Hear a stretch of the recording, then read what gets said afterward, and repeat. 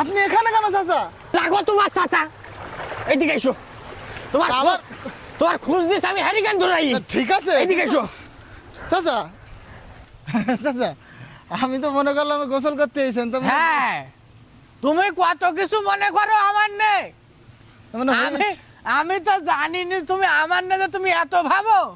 হ্যাঁ জি, মানে আমি তোমার ভাবনার মধ্যে এত থাকি। যাই হোক, হ্যাঁ চাচা, তুমি আমার জাকাতের যে তুমি আমার বললি চাচা জাকাত দিতে হবে, আমি দিলাম। হ্যাঁ হ্যাঁ হ্যাঁ, তোমার কথা শুনি আমি প্রতিবার আমি মানুষের শাড়ি লুঙ্গি দিয়ে আমি নাম কামাই, আমার একটা নাম যশ হয়।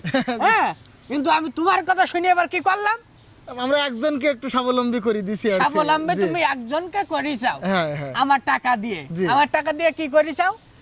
ওই যে সেলাই মেশিন কিনে দিছি, একটা ভালো দামি সেলাই মেশিন, প্রায় 30-40 হাজার টাকা দিয়ে। সেলাইন মেশিন কিনে দিছাও জি, যাতে সে একটা স্বাবলম্বী হয়। স্বাবলম্বী হতে পারে। আর ওই আমাদের আকিজির টাকা নিয়ে কি করিসাও?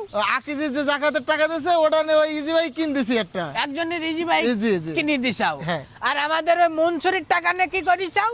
তো ও তো আপনার সামনে এখানে মুয়াজ্জেমের দোকান বানাই দিলাম না সবাই মিলে। মুয়াজ্জিনের তুমি দোকান বানাই দিছাও মনসুরির মনসুরির টাকা টাকা নিয়ে। নেই, জি। সে যেই ওই দোকানে বসে মনে হয় যেন ওর দোকানও কত ভালো লাগে ওর। তুমি আমার টাকাতে তুমি সেলাই রাঞ্চ মেশিন কিনে দিতে গেলে কেন বলো বলো? তো সমস্যা কোন জায়গায় তো বুঝতে পারছি না। সমস্যা মনসুর যেই যখন মুয়াজ্জিনের দোকানে হ্যাঁ। ইফতারের আগে যেই যখন বসে, হ্যাঁ, মাঝে মাঝে কি বসে। সম্মান তার দেয়, মনে হয় যেন ওর দোকানে ও নিজে বসে আছে। তা আপনি গেলেও তো আপনার সম্মানের সহিত বসতে দেন। আমি কলে যাব? তুমি লোকে সেলাই রাঞ্চ মেশিন কিনে দিয়ে যাও, সেলাই মেশিন, আমি যাই কি সেলাই মেশিনে বসবো বলো? না তুমি আমার টাকাতে তুমি দোকান বানাই দিতে পিত্তি, তুমি কেন সেলাই রাঞ্চ মেশিন কিনে দিতে গেলি বলো? চাচা, কিন্তু যতদূর মনসুরকে বসে মনসুর চাচাকে ওইভাবে আপনিও তো সেইভাবে গিয়ে বসেন, খুব একটা তো সমস্যা এখানে নেই। আর দান করে এটা তো ফলাও করে বেড়ানো উচিত না। গোপনে দান করা সব থেকে বেশি উত্তম, প্রকাশ্যেও দান করা যায়, তবে সেটা মানুষকে বেশি প্রসার করে বলি বেড়ানো, এটা তো অহংকারিতা প্রকাশ পায় চাচা। আর দান করি তো জাহির করা যায় না। কিটা জাহির করতেছে? হ্যাঁ, জহির না জাহির। হইলো জাহির।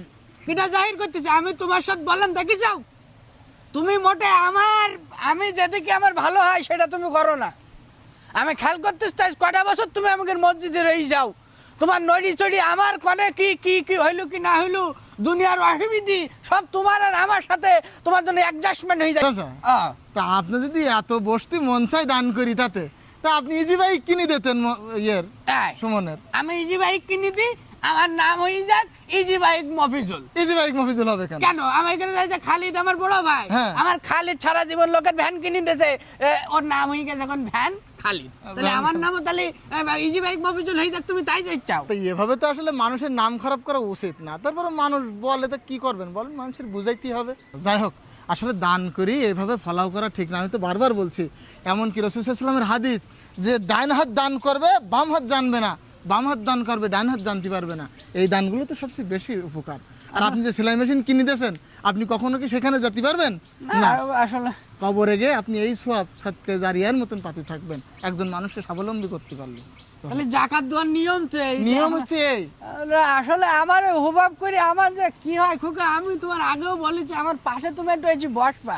আমি একা একা থাকি খুকা, আমার ওই শয়তানের চাপ। ঠিক আছে চাচা, ইনশাআল্লাহ। আমি বুঝতে পারিনি।